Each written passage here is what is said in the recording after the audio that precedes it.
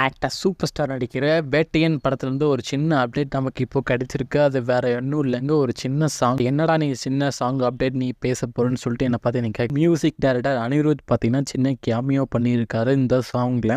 இந்த சாங் பார்த்தீங்கன்னா கரண்ட்டாக இந்த படத்துக்கான ஷூட்டிங் இப்போ போயிட்டுருக்கு, சாங் ஷூட்டிங்கு. இந்த சாங்கில் பார்த்தீங்கன்னா ஒரு சின்ன லைனில் நம்ம அனிருத் வந்து ஒரு கேமியோ பண்ணுற மாதிரி ஒரு சீன் பிளேஸ் பண்ணியிருக்காரு டேரக்டர் டிஜே ஞானவேல். இவர் பார்த்தீங்கன்னா ஜெய் பீம் படத்தோட டேரக்டர்.